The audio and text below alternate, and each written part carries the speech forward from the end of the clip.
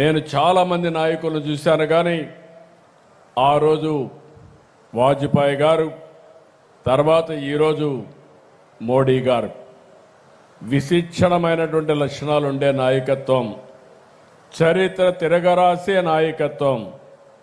అదే సందర్భంలో నాకు ఎప్పుడూ స్ఫూర్తినిచ్చే నేత ఎన్టీ రామారావు గారు కూడా. ఆ విషయం మనం గుర్తుపెట్టుకోవాల్సిన అవసరం ఉంది. ఈరోజు మనందరం ఒక్కసారి చరిత్ర ఆలోచిస్తే నాయకులు ఏ విధంగా చరిత్ర తిరగరాస్తారో ఒకసారి నెమరు వేసుకుని మళ్ళీ మనం ముందు పోగలిగితే తిరుగుండదు.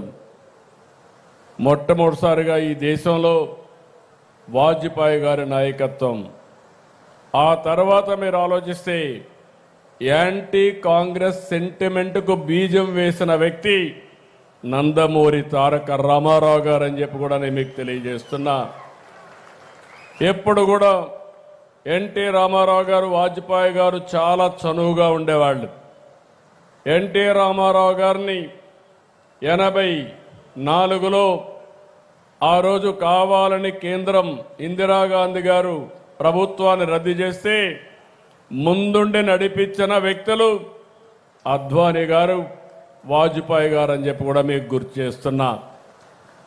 ఆ తర్వాత అనేక సందర్భాల్లో మీరు చూస్తే నేషనల్ ఫ్రంట్ పెట్టి, నేషనల్ ఫ్రంట్ ద్వారా ఈ దేశంలో యాంటీ కాంగ్రెస్ బీజం వేసిన మొట్టమొదటి నాయకుడు, ప్రభుత్వాన్ని ఏర్పాటు చేసిన నాయకుడు ఎన్టీ రామారావు గారు అని చెప్పి కూడా నేను మీకు తెలియజేసుకుంటున్నాను. అదే సందర్భంలో ఇప్పుడే మిత్రులు మాట్లాడినప్పుడు మొట్టమొదటిసారిగా ఈ దేశంలో ఆర్థిక సంస్కరణలు ప్రారంభించిన వ్యక్తి కూడా పివి నరసింహరావు గారు. అతను కూడా తెలుగు బిడ్డ అనే విషయం మనం గుర్తుపెట్టుకోవాల్సిన అవసరం ఉంది.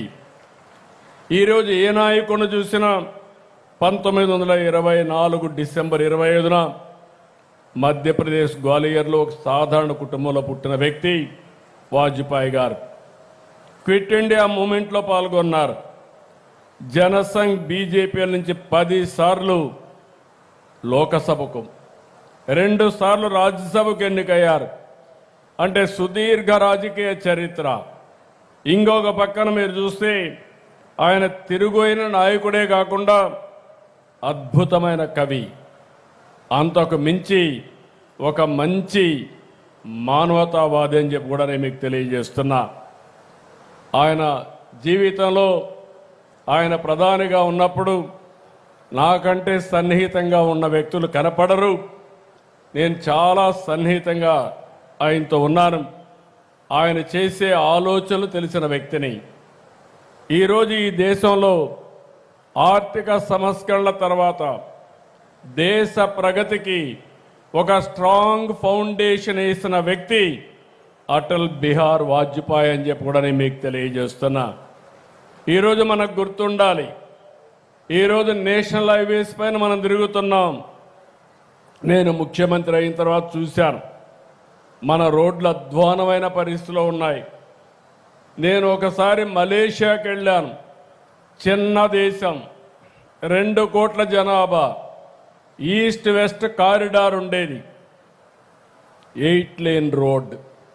అది చూస్తే నాకు అసూయ వచ్చి వాజ్పేయి గారి దగ్గరికి వచ్చి, చిన్న దేశం బ్రహ్మాండమైన రోడ్డు వేశారు, ఇంత పెద్ద దేశం మనం ఒక రోడ్డు వేసుకోలేకపోతున్నాం అంటే ఇమ్మీడియట్గా అందరినీ పిలిపించి గోల్డెన్ క్వాడ్రిలేటరల్ రోడ్డు వేయాలంటే దాన్ని మొట్టమొదటిగా ప్రారంభించింది చెన్నై తడ. అది మన రాష్ట్రంలో ప్రారంభించడం నేను గర్విస్తున్నానని చెప్పి కూడా నేను మీకు తెలియజేస్తున్నా. ఈరోజు మీరందరూ ఫోన్లు వాడుతున్నారు. ఒకప్పుడు నేను ఫోన్ విషయం మాట్లాడితే చాలామంది ఎగతాళి చేసేవాళ్ళు, తిండి కావాలన్నా ఫోన్ కావాలన్నా అని. అలాంటిది డీరెగ్యులేషన్, ఎంత కష్టమైనా డీరెగ్యులేషన్ తీసుకొచ్చారు.